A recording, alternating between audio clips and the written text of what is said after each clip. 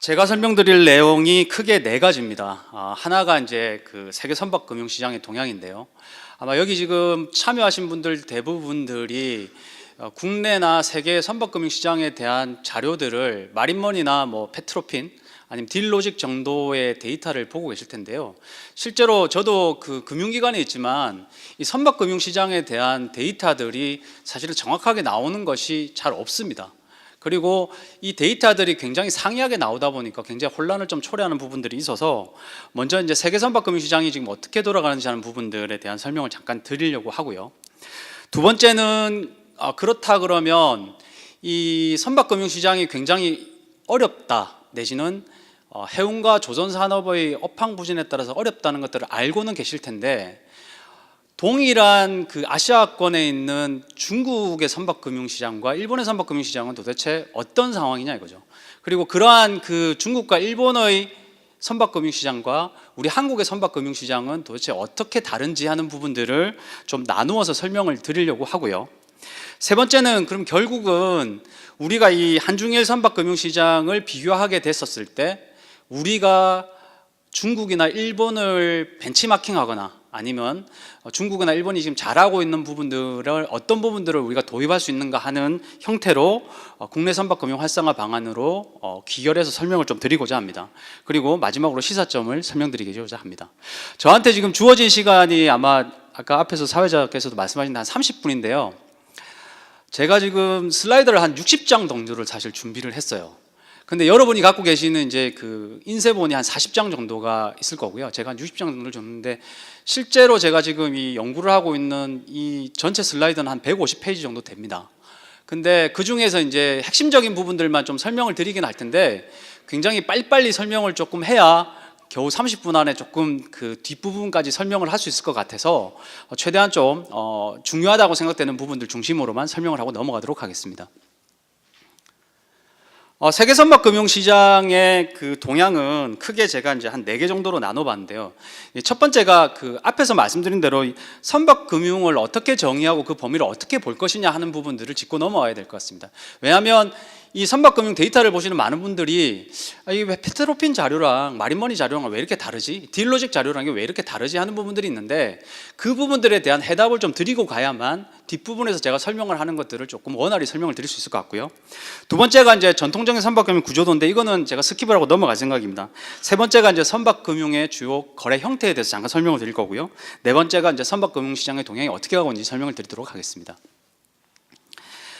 이건 제가 이제 표를 한번 만들어 봤습니다. 제가 이 선박금융 쪽의 데이터들을 만들기 시작한 게 이제 한 3년 정도 돼 가는 것 같습니다. 그전에는 이쪽 데이터들이 워낙 없었고 국내 선박금융 시장이 도대체 어떻게 가는지를 발표하는 곳이 한 군데도 없었습니다.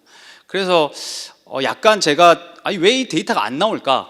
그리고 이 데이터가 안 나오는 이유가 뭐지? 라고 생각을 해서 제가 이제 스스로 만들기 시작했습니다. 이 데이터를. 왜냐하면 제가 이 데이터를 만들 수 있었던 이유는 우리나라의 어떤 그 선박금융의 특수성 때문입니다. 왜냐하면 우리나라 선박금융은 대부분들이 정책금융기관들이 80% 이상을 차지하고 있고 정책금융기관들의 실적을 게더링을 하게 되면 민간은행을 추정할 수 있겠다는 생각 때문에 만들었는데요. 첫 번째가 이제 저희가 알고 있는 선박금융의 정의는 보시는 바와 같이 다음과 같습니다. 금융기관이 신조선을 건조하거나 중고선 매입 개조, 수리하고자 하는 선주나 해운사에 신규 자금이나 재금융을 하는 자금을 제공하는 것을 우리가 일반적으로 선박금융이라고 합니다. 근데 이것은 우리가 알고 있는 것처럼 해운 시장에 한정적으로 선박금융을 보고 있는 것입니다. 즉, 이 그래프상에서 보시면 우리가 해운금융이라고 부르는 이 부분에서 협의의 선박금융의 형태로 주로 이야기를 해왔습니다. 그래서 쇼핑 파이낸스라고 부르는 것들은 사실 우리가 한글로 번역을 할 때는 해운금융이라고 부르는 것이 저는 맞다고 생각을 하고요. 거꾸로 광의의 선박금융을 보면 이 선주나 해운사에 제공하는 선박금융 외에도 조선사로 나가는 RG나 아니면은 선박 건조금융 같은 것들도 다 선박금융으로 봐야 한다는 것들입니다. 그래서 광의의 선박금융은 이러한 것들을 포함해서 이야기를 하게 됩니다. 즉 밑에서 보시는 것처럼 여기서의 쇼핑 파이낸스는 해운금융과 조선금융 그리고 여기 하나 더 오프쇼어를 포함한 이 부분들을 선박금융으로 보는 게 맞다는 거죠. 제가 저희 은행에서의 데이터를 봐도 선박금융의 여러 가지 패턴들이 뭐 선주, 선사 그다음에 그 밑에 RG, 그다음 제작금융, 보증 뭐 등등해서 쭉 나오는데 그거 전체를 저희 그 금융권들에서는 선박금융으로 봅니다. 즉 광의의 형태로 선박금융을 주로 설명을 하고 있기 때문에 이 형태의 개념들을 조금 이해하셔야 왜 이렇게 데이터가 다르게 나오는가 하는 것들에 대한 설명이 될 거고요.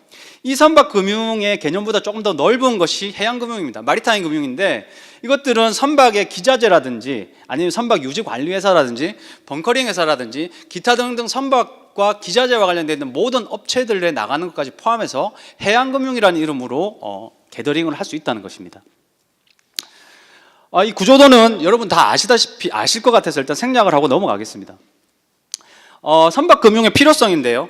선박금융은 여러분 아시겠지만 그 해운과 조선산업은 굉장히 경기의 변동을 많이 받고 이러한 그 경기 변동에 따라서 등락이 심한 산업입니다. 그래서 경기 변동성을 감안할 때 만약에 선박금융이 지속적으로 공급이 되지 않으면 호황일 때를 제외하고는 사실 선박금융을 조달하기가 굉장히 어려워집니다. 그래서 정책적으로라도 이 선박금융을 지속적으로 공급하는 것이 좀 필요하고요. 두 번째가 이 선박금융은 그 막대한 자금이 소요됩니다. 아시다시피 뭐 케이프 사이즈 배 한 척이 한 8천만 불 정도 잡는다 그러면 한 그 운송과 관련돼 있는 다른 어떤 부분보다 개별 단위의 금액이 큰 산업 중에 하나입니다. 즉 그러다 보니까 자본 집약적 산업으로 막대한 자금이 소요되기 때문에 이러한 부분들은 미리 계획하고 안정적으로 제공해주지 않으면 어렵다는 거죠. 선박금융의 주요 거래 형태를 제가 한 4가지 정도로 구분을 해봤습니다. 이거는 마린머니에서도 이 패턴에 따라서 이제 정리를 해서 주로 발표를 하고 있는데요. 여러분 잘 알고 계시다시피 대부분의 금융권이 제공하고 있는 형태가 론입니다. 여기 신디를 포함해서 론의 형태가 있고요. 두 번째가 이제 선박 펀드입니다. 펀드 형태로 제공되는 부분들이 있고 이 펀드는 여러분이 아시다시피 증권사랑 자산운용사 등이 개인이나 기관 투자자의 돈을 투자금을 펀드로 만들어서 수익을 다시 투자자에게 돌려주는 형태입니다. 세 번째가 이제 선박 리스인데요. 이 선박 리스 부분들은 여기 실제 마린머니에서 발표되는 자료에는 리스 부분들이 굉장히 조그만 부분들로 나오는데 제가 여기에 하나의 섹터로 넣어놓은 이유는 제가 뒤에서 설명될 중국의 선박금융시장 때문입니다. 중국의 선박금융시장에서는 상업은행들이나 중국의 은행권보다 이 선박금융시장을 리스사가 다 주도를 하고 있습니다.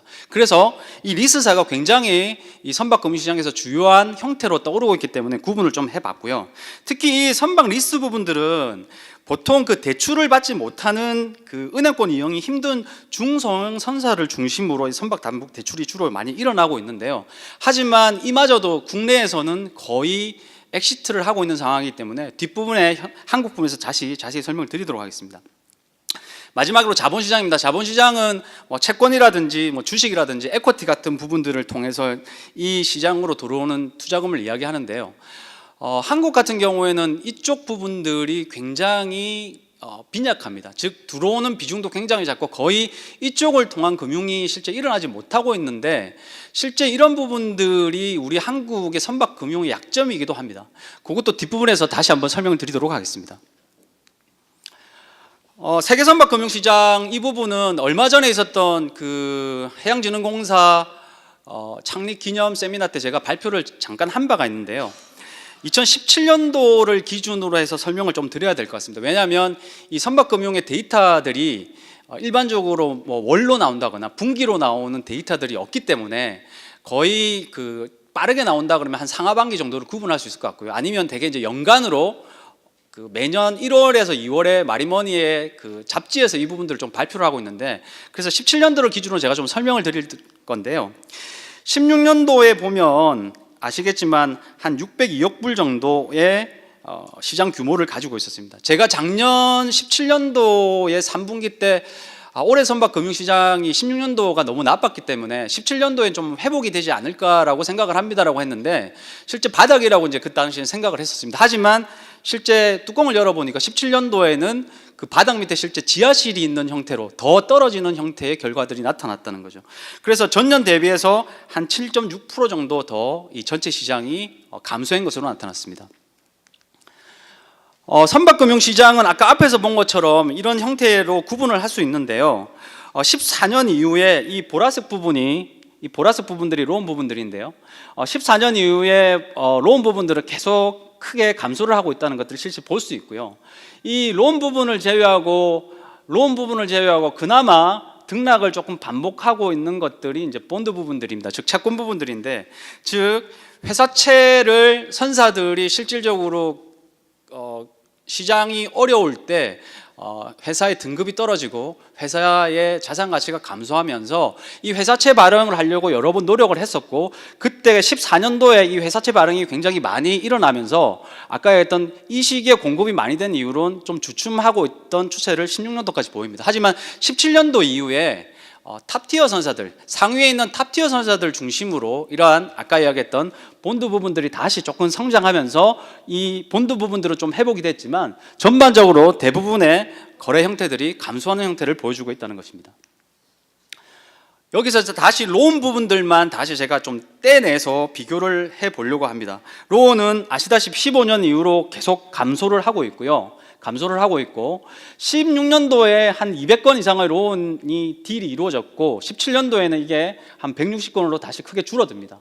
그리고 전체적인 금액은 대부분 감소하고 되는데, 여러분 아시다시피 이 시장을 주로 주도해 왔던 것은 유럽계 금융기관들입니다. 유럽계 금융기관들이 이 시장을 주도해 왔지만 실제로 금융위기 이후에 막대한 선박에 대한 대출 손실금 문제로 이 부문들에 대해서 부문을 축소하거나 아니면 부문 자체를 없애버리는 형태로 이 시장을 축소하게 됩니다. 제가 10월 달에 싱가포르에 출장을 가서 싱가포르에 있는 HSBC나 HSN 아니면 ABN 암로 이래 등등 해서 여러 부분들을 만나서 좀 이야기를 들어봤습니다. 실제로 지금 이제 선박금융이 딜을 내부에서 하고 있는 것들이 어떠냐고 그랬더니 그 부분들이 공통적으로 하시는 이야기들이 사람이 일단 굉장히 많이 줄어들었고 파이어돼서 해고되거나 부문이 없어졌다는 이야기를 하시고요. 두 번째는 당분간은 아마 먼 시장, 유럽계 은행들 같은 경우에는 어떤 시장의 부문들을 줄여 나갈 때는 지구의 반대편에는 아시아 쪽보다는 아시아 쪽의 먼 곳부터 이 시장들을 줄여 나가기 때문에 아마 당분간 아시아 시장 쪽으로 들어오려고 하는 부분들이 좀 줄어들 거라는 이야기를 들었습니다. 즉 전체적인 유럽계 은행들이 크게 감소를 했고요. 하지만 그럼에도 불구하고 이 시기에 또 이 시장에 들어온 또 새로 신규로 진입했던 국가들이 있습니다. 국가의 금융권들이 있습니다. 그게 아시아계 금융권인데요. 이 론에서 다시 넘어가서 한번 보시면 주요 40개 은행들에 대한 선박금융 실적 추이입니다. DNB나 도이치뱅크 이런 데들은 크게 여신을 축소했는데요. 아시아 금융권은 이 시기에 유럽이 빠져나갔던 부분들을 상당히 대신해서 이 시장에 들어오는 패턴들을 보입니다. 특히 여기 보시면 그 중에서도 중국계 금융기관들의 선박금융이 크게 증가를 하는데요. 2011년도에 한 304억 달러 정도 됐던 중국계 금융기관들이 17년도에는 718억 달러로 약 2.4배 정도 성장을 하게 됩니다. 특히 전체 세계 선박금융시장에서 중국이 거의 23%까지 성장하는 모습을 보여주고 있습니다. 특히 중국의 금융권들, 특히 국제은행들이 1,100여 척 이상의 배를 관리를 하고 있는데요. 보시면 중국 공상은행부터 시작해서 개발은행까지 약 1,100여 척의 배를 관리하고 있다는 것들을 보실 수 있습니다. 이거에 대한 자세한 설명은 중국의 선박금융시장에 들어갔을 때 조금 더 자세히 들여다보도록 하겠습니다. 본드 시장이라든지 퍼블릭 에쿼티 시장은 시간상 넘어가고요. 제가 핵심으로 말씀드리고 싶은 한중일 선박금융시장에 대한 부분으로 일단 넘어가겠습니다. 제가 이 자료를 준비하면서 좀 고민했던 게 뭐냐면, 왜 이렇게 유럽의 금융시장들, 노르웨이라든지 아니면 독일이라든지 KS나 KG 펀드 이런 부분들에 대한 데이터나 자료들, 사례 분석들은 있는데 실제로 중국이나 일본 시장에 대한 선박금융시장을 조사하는 자료가 거의 없어요. 제가 찾아보니까. 그래서 제가 가능한 한 이 시장들과 우리 시장의 차이점들을 좀 분석하려고 했고요. 4가지의 한 5가지 정도의 툴을 보려고 했습니다. 하나가 이제 선박금융의 역사들이 각국이 어떻게 출발을 했는가 하는 것들입니다. 두 번째가 선박금융의 각국이 가지고 있는 특징들은 무엇인가 하는 것들입니다. 세 번째가 선박금융의 주요 기관들은 그 국가별로 특색을 가지는 기관들은 무엇이 있는지, 그리고 네 번째가 선박금융의 주요 기관들은 그러면 지금 어떻게 활동을 하고 있는지의 것들을 좀 볼 거고요. 다섯 번째가 그 각국의 선박금융이 가지고 있는 문제점은 무엇인가 하는 어떤 툴을 짜서 그 툴에 맞춰서 진행을 좀 해봤습니다. 먼저 한중일 중에서도 선박시장 규모가 가장 큰 중국, 그 다음에 일본, 한국의 형태로 진행을 해볼 텐데요. 중국입니다. 중국은 좀 특이한 게 선박금융이 도입된 그 기점이 한 30년도 되지 않습니다. 1990년도부터 선박금융이 도입된 것으로 판단을 하고 있고요. 실질적으로 중국 수출협은행이나 중국 개발은행이 설립되어서 이 조선이나 그다음에 국영해운사에 지원을 하기 시작한 건 1994년도부터 주로 활발하게 일어난 것으로 판단이 됩니다. 이후에 2000년도 이후에 성장기를 맞게 됩니다. 특히 이 시기에는 정책성 금융기관뿐만 아니라 일반 상업은행도 대출금리에서 한 20에서 한 80% 하향된 금리 수준으로 해운기업에 대출을 하면서 빠르게 성장을 하고 있습니다. 특히 중국 수출입은행이 01에서 05년도에 대출했던 전체 금액의 양이 한 3,406억 위안 정도 되는데요. 하나로는 한 55조 정도 됩니다. 잠깐 요 사이에 이 정도의 금액들을 지불하면서 2000년대에 빠르게 성숙을 했고요. 특히 2010년도 이후에는 중국의 선박금융은 짧은 시간에도 불구하고 약간의 성숙기로 들어갑니다. 이 성숙기라는 말은 과거의 정부 주도에서 벗어나서 굉장히 다양한 참여 주체가 생기고 자금원이 다양화되는 모습들을 보여줍니다. 그래서 정책적 금융기구 외에도 일반 상업은행이 진출이 크게 확대되고요. 저희 아까 앞에서 말씀드린 것처럼 선박금융 리스사라든지 신탁회사, 자산관리회사 등이 선박금융에 뛰어드는 모습들을 보여주고 있습니다.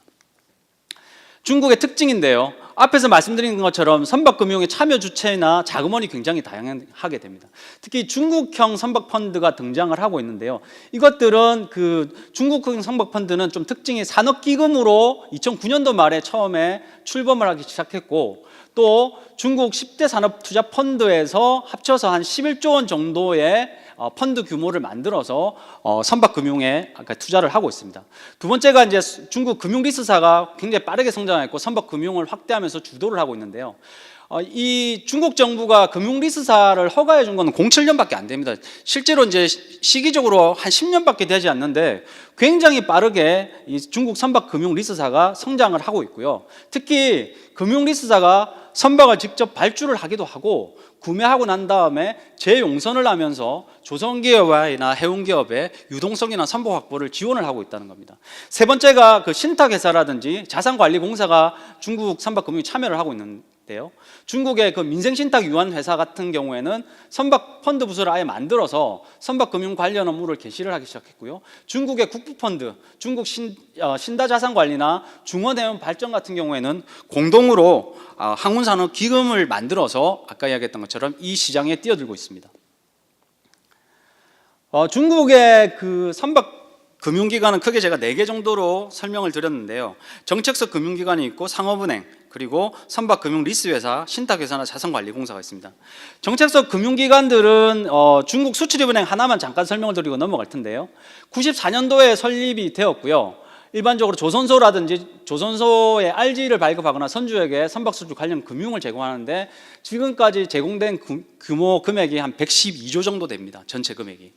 그리고 중국 조선소에서 건조된 선박을 구입하는 30개국 한 100개 선주에게 수출 금융을 제공하고 있는데, 문제는 중국 수출입은행이 단순하게 중국 조선소에서 건조된 선박 금융만 하는 것이 아니라 유럽이나 미주, 아프리카 같은 해외 지역에도 점점 진출해서 이 선박 금융 시장에 뛰어들고 있다는 것입니다. 선종별로는 탱커, 해양 플랜트, 벌커, 컨테이너 순으로 이 선종을 가지고 있는데요. 그것들은 여러분한테 나눠드린 유인물을 좀 참고하시면 될 것 같습니다. 두 번째 정책성 금융관을 일단 넘어가고요. 중국의 선박금융 리스사에 대한 설명을 조금 드려야 할 것 같습니다. 왜냐하면 이건 저희 한국에서는 굉장히 좀 보기 힘든, 세계에서도 좀 보기 힘든 중국만의 특징이기 때문에 그렇습니다. 중국의 선박금융 리스사가 4가지 정도로 이제 구분을 할 수 있습니다. 4가지 정도로 구분을 할 수 있는데, 보시면 아시겠지만 상업은행의 자회사 선박금융 리스가 있고요. 조선소가 선박금융 리스 회사를 가지고 있습니다. 그리고 투자회사가 선박금융 리스를 하고 있고, 특정 산업의 대표기업 자회사의 선박금융 리스를 하고 있습니다. 즉 이 4가지 형태의 선박금융 리스사가 중국의 선박금융들을 지금 견인을 하고 있는데요. 각각의 장단점들을 제가 조금씩 비교를 해놨는데, 어쨌든 지금 중국 선박금융 리스사에서 가장 핫하고 이것들을 이끌고 나가는 대표적인 선박금융 리스사는 상업은행의 자회사입니다. 특히 ICBC 리싱이나 CMB 파이낸셜 리싱 같은 회사가 대표적입니다. 즉 가장 저렴한 저금리로 선박금융을 하고 있는데, 문제는 이런 리스사는 모기업, 즉 상업은행의 자회사이기 때문에 의사결정을 하는데 조금 시간이 좀 걸리고 보통 모회사에 이러한 것들의 승인을 받는 절차에 대한 걸리는 시간의 문제들이 있는데 그 문제를 제외하고는 지금 가장 핫한 부분이 이 상업은행 자회사 선박금융 리스입니다. 세부적으로 좀 설명을 드리면 좋겠는데 시간상 쫓기기 때문에 밑에 거는 참고로 하시고요. 선박금융리스사 이게 현황입니다. 이 자료들도 한번 읽어보시면 될 것 같습니다. 특히 2007년도에 금융리스사가 이렇게 자회사라서 금융리스를 설립할 수 있도록 허가를 했는데도 불구하고 한 10년 사이에 어마어마하게 이 시장에 아까 이야기했던 선박금융리스사들이 많이 진출을 했고 선박에 대한 보유하고 있는 척수도 굉장히 빠르게 증가를 하고 있다는 겁니다. 제가 데이터를 보면서 좀 그 의문이 들었던 것 중에 하나가 이겁니다. 왜 다른 국가에는 없는 리스사가 중국은 이렇게 빠르게 성장할 수 있을까? 이유가 그것은 도대체 뭐지? 어떤 이유 때문에 다른 금융기관들이 하고 있지 않는 리스사의 형태로 중국이 이렇게 빠르게 성장할까 하는 부분들에 고민을 했었는데요. 인터뷰를 가서 좀 그 답을 얻었습니다. 싱가포르를 가서 실제 이제 금융을 하시는 분들 이야기를 들어봤는데 중국계 분이 그런 이야기를 하시더라고요. 중국이란 나라의 금융기관의 특징 중에 하나는 중국 정부가 어떤 시그널을 주지 않으면 절대로 움직이지 않는 특성들이 있다. 즉 중국 정부가 배후에서 어떤 시그널을 줬기 때문에 중국 리스사가 이렇게 빠르게 성장을 했는데 중국 리스사의 금융이 이렇게 빠르게 성장한 이유는 정치적인 이유에 따라서 성장한 것이다.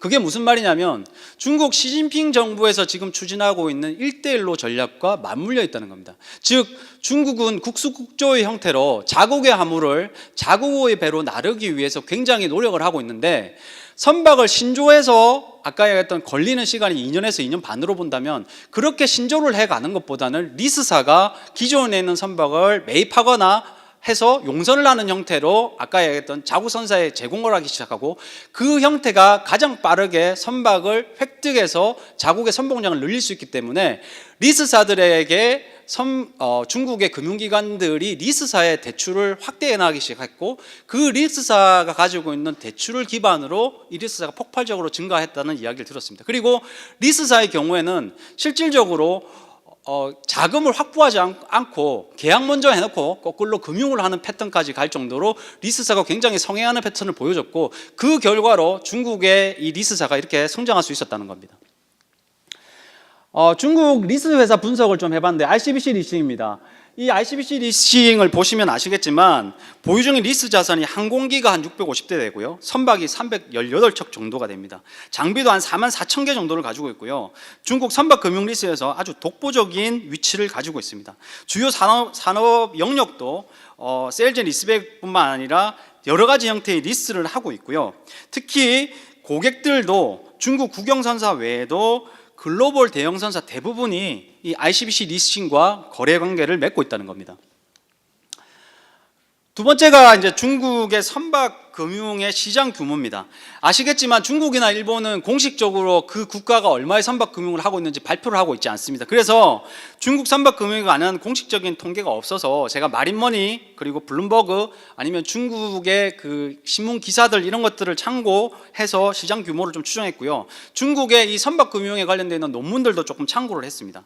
중국의 선박 시장 규모는 2017년 기준으로 한 718억, 한화로 한 82조 원 정도 되는 것으로 판단을 하고 있습니다. 즉 세계 선박 금융 시장 규모의 한 22.6% 정도를 차지하고 있고요. 전 세계 선박 금융을 지역별로 좀 잘라보면 여전히 유럽계가 한 59% 정도를 차지하고 있고요. 아시아가 한 35%, 기타가 한 6% 정도를 차지하고 있습니다. 이 아시아의 35% 시장을 100으로 볼 때 중국은 전체 아시아 선박 금융 시장의 한 64.6%, 65% 정도를 차지하고 있고요. 일본이 한 21%, 한국이 한 13% 정도를 차지하는 것으로 판단이 됩니다. 재미난 거는 중국이 단일 국가로서는 유럽은 유로존이기 때문에 제외하고 단일 국가로서는 전 세계에서 가장 큰 선박 시장 규모를 가지고 있고요.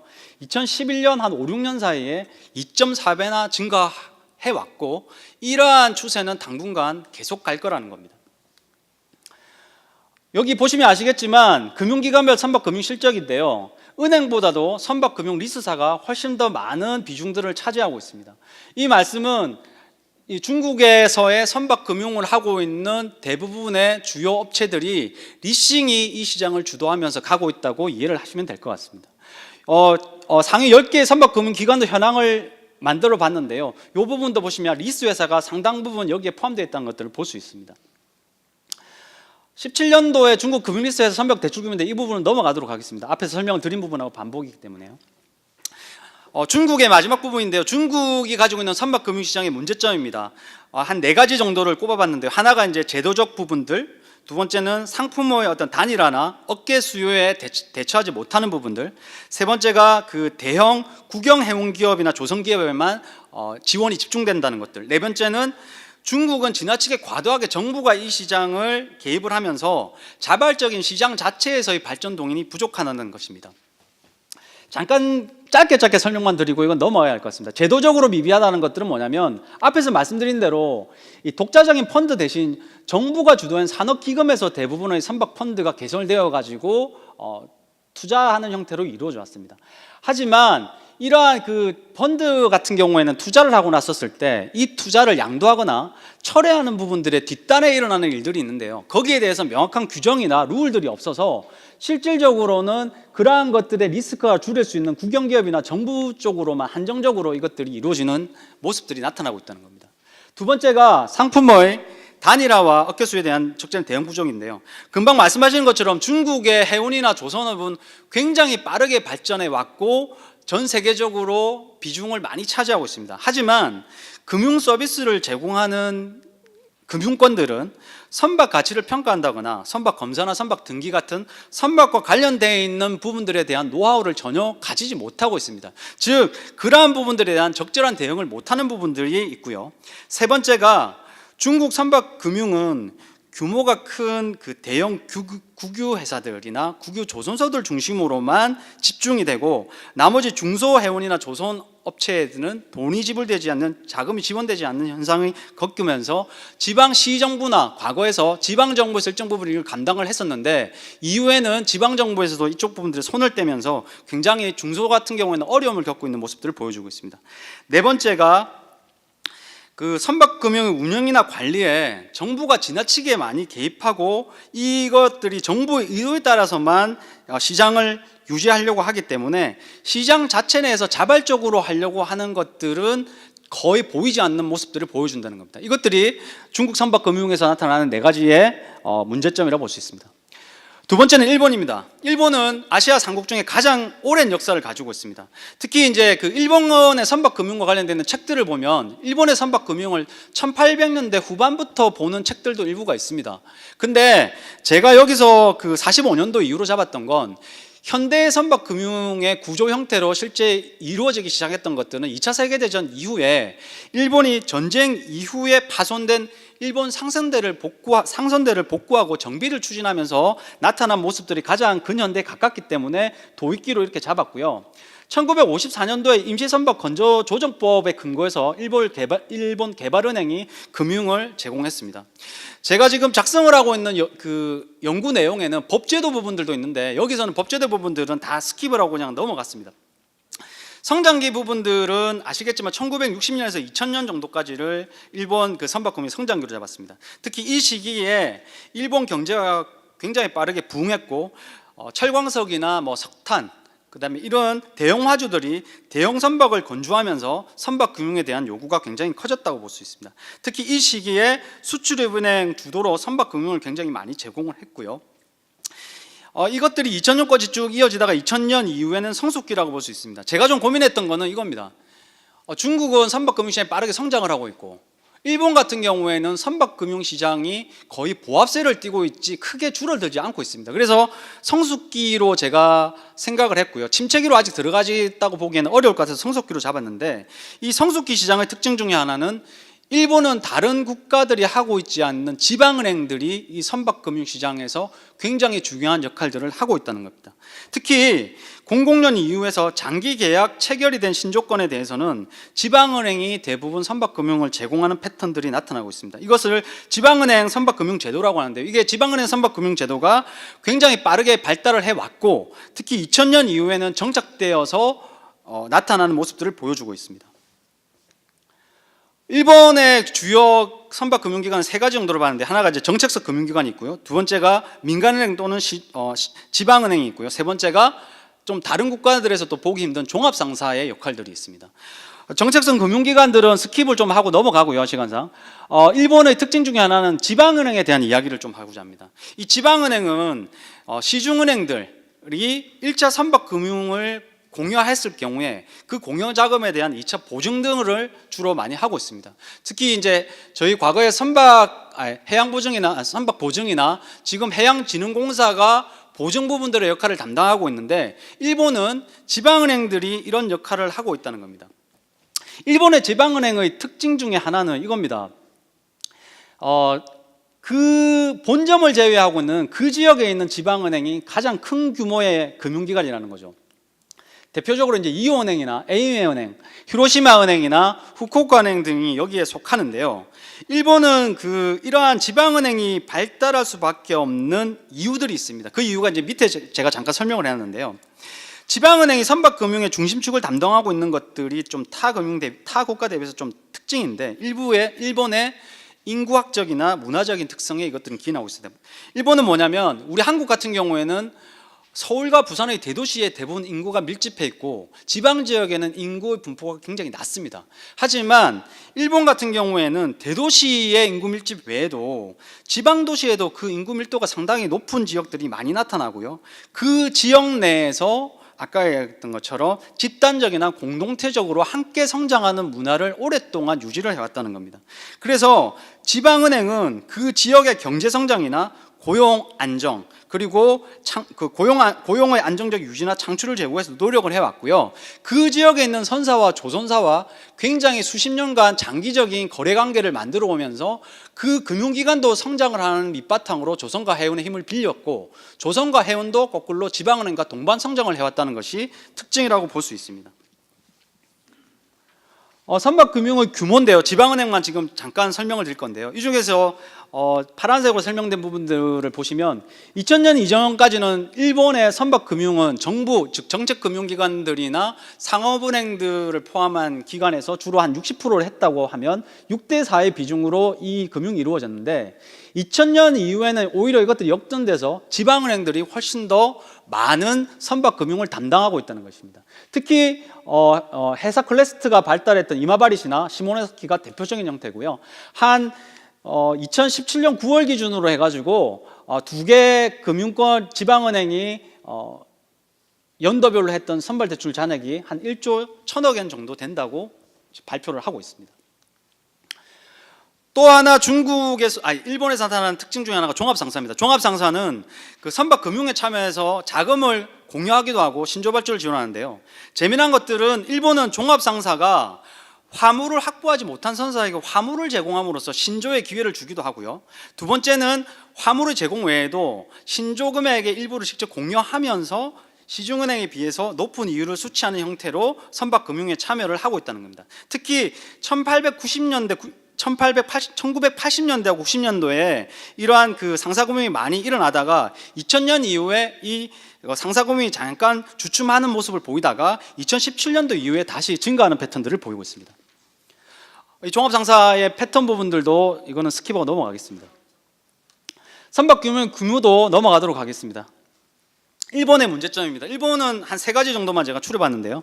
일본은 크게 이제 컨트롤 타워가 굉장히 빠르게 변경되는 문제들, 그리고 일본도 중국과 마찬가지로 우량선사 위주로만 지원하고 있다는 것. 세 번째가 건조준 선박에 대해서는 지원 대상에서 아예 제외하면서 어려움을 겪고 있다는 겁니다.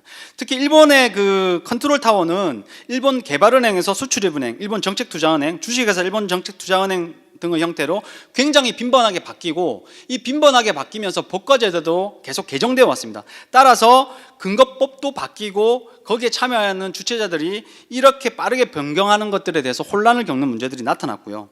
두 번째는 아까 말씀드린 대로 부채 비율이 낮거나 특정 조건에 달성한 우량선사에게만 정부 주도의 지원이 이루어져서 지원 대상이 굉장히 협소한 형태가 나타났다는 겁니다. 특히 대기업 계열의 K라인이나 NYK나 MOL 같은 형태를 중심으로 이러한 지원들이 많이 일어났고요. 중소형 선사를 중심으로도 일부 지방은행에서 해주고 있음에도 불구하고 아까 했던 거래 건수나 이런 것들이 조금 축소되는 모습들을 보여주고 있다는 겁니다. 세 번째가 제가 이 부분은 제가 아직도 확인을 좀 못한 부분들인데, 한국도 건조 중인 선박에 대해서는 선박금융지원 대상에서 제외를 시키고 이제 제가 확인을 못했는데, 실제 일본 같은 경우에는 이미 건조 중인 선박에 대해서는 추가적인 지원을 거의 하지 않고 있어가지고 실질적으로는 필요한 긴급 유동성이 필요한 선사들한테는 오히려 이런 선박금융이 막혀버리는 형태의 모습들도 나타나고 있다는 겁니다. 한국입니다. 이 부분은 밑에 부분들은 스킵을 하고 크게 이제 형태들만 좀 설명을 드릴 텐데요. 1950년대에 정부 수립 이후에 도입기로부터 시작해서 지금 2009년도 이후에 침체기로 왔다고 생각을 합니다. 한국이 침체기라고 이야기를 드릴 수밖에 없는 건 금융위기 이후에 한국 선박금융의 시장 규모가 계속 하락세를 보이고 있기 때문에 침체기라고 제가 조금 정리를 했습니다. 특히 이 선박금융을 취급했던 금융기관의 자산상각이나 손실들이 크게 생기면서 대출금을 대폭 감소했다는 거죠. 한국의 특징 부분들도 일단 넘어가고요. 한국도 4개의 선박금융기관들로 구분을 할 수 있는데요. 정책성 금융기관들은 여러분 아시지만 산업은행이나 수출은행 등이 있고, 상업은행들이 일부 2003년에서 2008년 요 기간 동안 들어와서 전체 선박금융시장의 한 30%까지 성장을 했었습니다. 하지만 금융위기 이후에 거의 대부분 엑시트하고 빠져나왔고요. 한국에도 리스 및 캐피탈 회사가 있는데도 불구하고 최근에 데이터를 제가 조사해 보니까 2017년도에는 거의 대부분의 리스나 캐피탈 회사들이 하고 있는 비중이 아주 미미한 형태로 나타났습니다. 마지막으로 선박투자회사법에 따라서 특수맥주회사로 설립이 되었지만 이 회사들의 비중들도 굉장히 미미하다는 겁니다. 금방 말씀드린 대로 리스나 캐피탈 회사의 연도별 그 소유 선대 현황인데요. 2010년도만 해도 한 131척 정도를 국내 캐피탈 회사들이 관리를 하고 대출을 했었습니다. 하지만 2018년도에는 17척, 이것도 사실은 거의 엑시트를 하고 싶음에도 불구하고 여러 가지 걸려있는 조건들이나 이런 것 때문에 못하고 있는 선박들에 가깝다는 이야기를 들었습니다. 그래서 국내 캐피탈이나 리스 회사들은 사실은 선박금융시장에서 거의 엑시트를 했다고 보는 것이 맞고요. 선박투자회사에 대한 이야기인데요. 4개의 민간 선박투자회사가 있지만 전체에서 차지하는 비중은 굉장히 미미하다는 것입니다. 즉 선박투자회사가 102개의 펀드나 146조의 선박을 관리하고는 있지만 전체적인 시장에서 차지하는 비중은 매우 미미하다는 겁니다. 국내 선박금융시장은 제가 해운금융 앞에서 설명드린 것처럼 범위에 따라서 해운금융하고 조선금융을 합친 걸로 설명을 드릴 수 있는데요. 2017년도에 한 8조 3천억 정도로 추정을 하고 있습니다. 특히 조선하고 해운의 격차가 조선금융이 한 2배밖에 차이가 나지 않습니다. 해운금융과. 하지만 여기 보시면 2010년이나 11년도에는 한 6배에서 8배 정도 차이가 나거든요. 실제 조선하고 이 정도 금융 격차가 차이가 나는 게 맞는데 조선이 그만큼 이 선박금융에서 굉장히 크게 위축되어 왔다는 것들을 볼 수 있습니다. 이거는 국내 해운금융만 따로 떼서 본 거고요. 전년 대비해서 한 10% 정도 감소했다는 것들을 볼 수 있고요. 조선금융은 해운금융에 비해서도 훨씬 더 많이 감소했습니다. 즉 2016년도 대비해서 2017년도에 47.6%를 감소했다는 겁니다. 그만큼 조선금융이 굉장히 어려움을 겪었다는 것들을 볼 수 있고요. 이 표에서. 또 우리나라의 문제점 중에 하나가 이겁니다. 국책하고 상업금융의 선박금융 비중인데요. 실질적으로 아까 앞에서 말씀드린 것처럼 2017년도에 그 민간 부분들, 즉 상업금융은 이 시장에 거의 참여하는 비중이 2%밖에 안 됩니다. 2% 미만입니다. 즉 상업은행들은 거의 이 시장에 들어오지 않는 상황이라는 거죠. 이건 스킵을 하고 넘어가겠습니다. 국내의 문제점은 크게 4가지인데요. 하나가 아까 앞에서 말씀드린 것처럼 상업은행이 시장 참여가 굉장히 미흡하다. 그 다음 2번째가 선박금융의 자금 조달 방안이 굉장히 소수에 불과하다. 3번째가 전문 인력 육성하는 거나 교육제도가 굉장히 미흡하다. 4번째가 선박금융 관련 리스크 관리가 굉장히 취약하다는 것들입니다.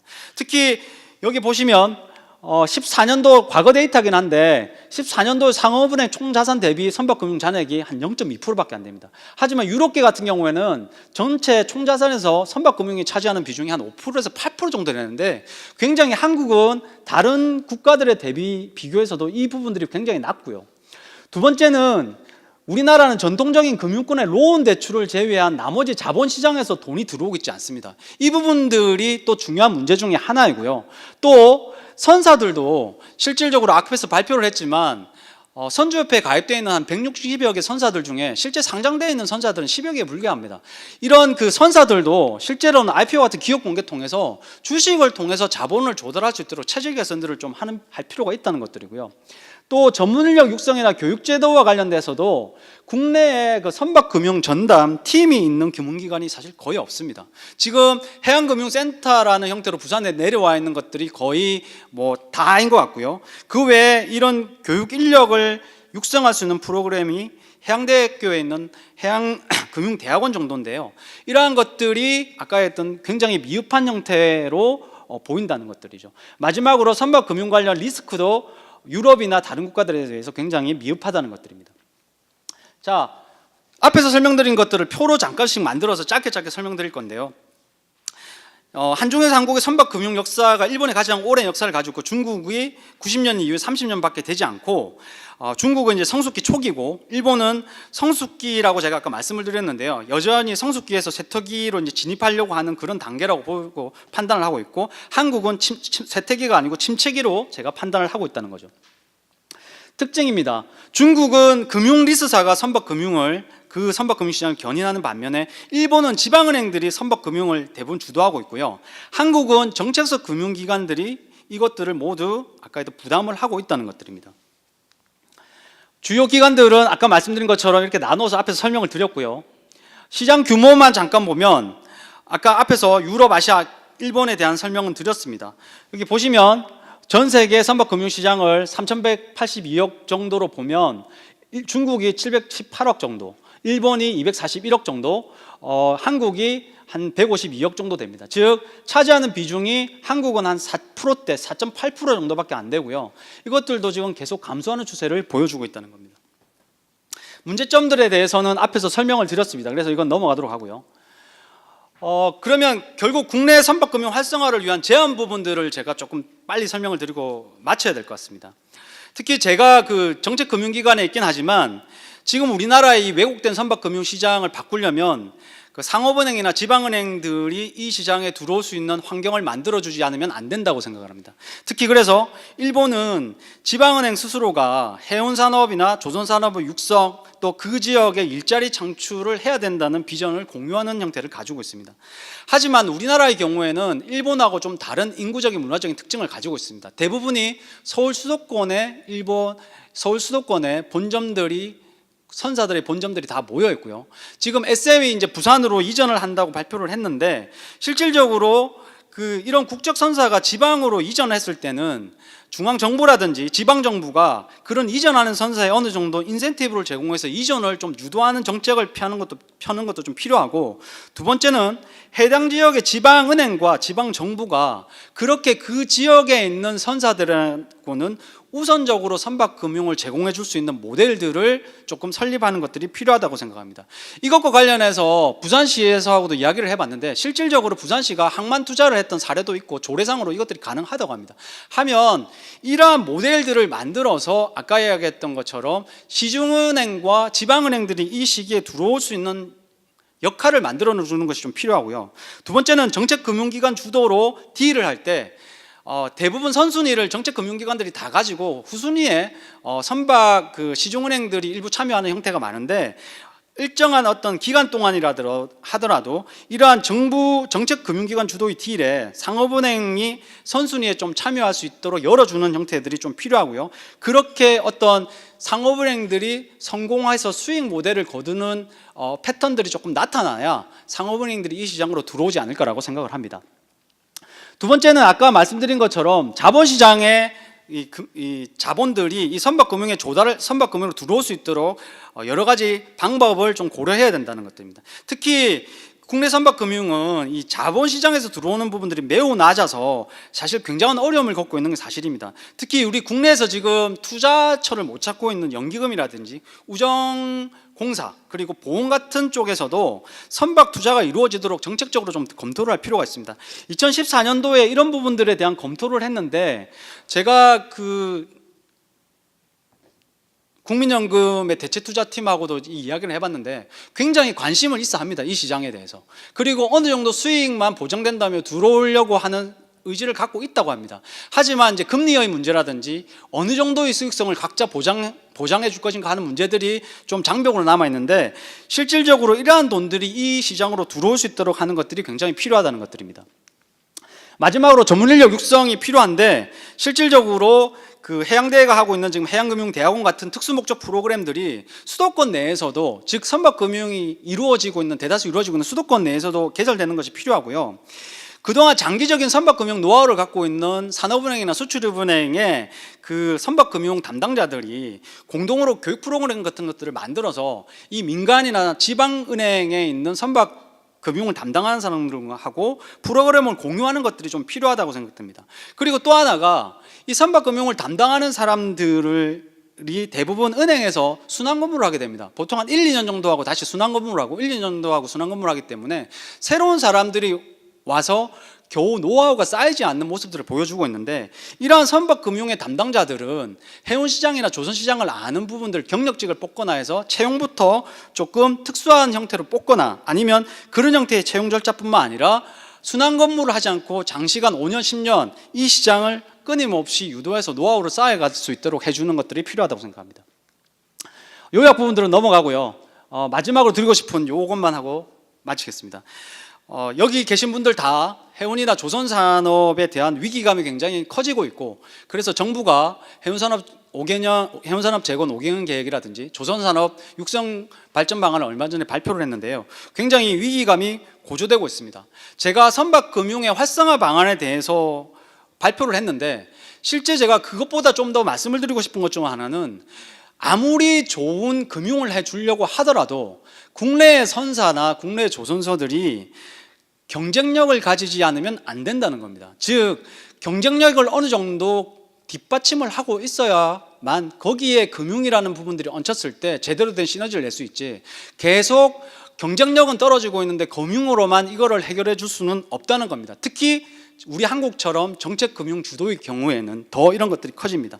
따라서 정부 주도의 선박금융시장은 한계가 있고요, 일본과 같은 그 지방은행을 육성할 수 있거나 지방은행뿐만 아니라 상업은행들이 이 시장에 들어올 수 있는 벤치마킹이 좀 필요하다거나, 아니면 리스사라든지 자본시장에 있는 여러 가지 투자금들이 이 시장에 들어올 수 있는 형태로 다양화하는 것들이 필요한데, 이러한 것들을 일본이나 중국 같은 국가들에서 벤치마킹하는 것이 필요하다는 것들입니다. 특히 이렇게 하기 위해서는 자본시장의 투자가 활성화되고 전문인력의 육성되면서 이 시장 정체가 하나의 생태계로서 활성화될 수 있도록 노력하는 것이 필요하다고 말씀드릴 수 있습니다.